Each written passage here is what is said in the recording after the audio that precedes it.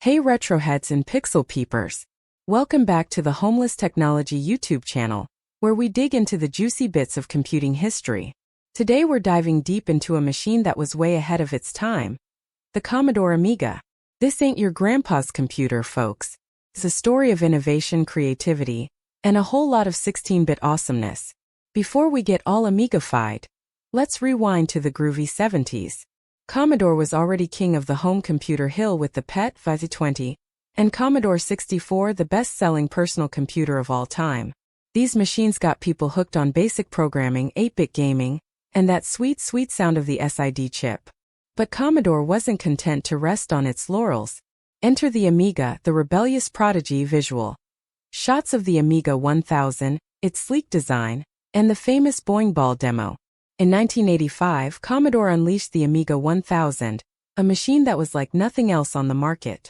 This baby could do graphics, animation, music, and even video editing. It was basically a multimedia studio in a beige box. And that Boing Ball demo? It blew minds and showed off the Amiga's graphical prowess like nobody's business. The Amiga family grows up visual. Shots of Amiga 500, 2000, 3000, CD32, etc.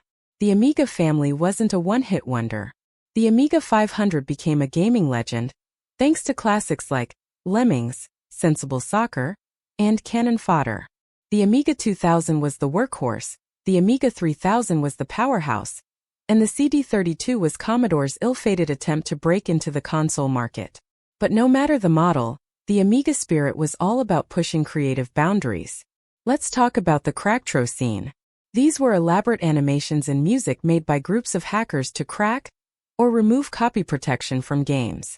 But it quickly evolved into a wild art form, a digital graffiti scene where groups competed to make the coolest, most mind-bending intros.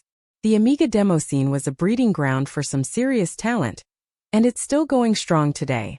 Sadly, Commodore went bankrupt in 1994, and the Amiga went through a series of messy ownership changes. But the Amiga spirit lives on. Fans have created mini Amiga clones, turbocharged upgrades, and even new Amiga OS software. The Amiga community is passionate, dedicated, and always pushing the limits. So there you have it, a whirlwind tour of the Commodore Amiga.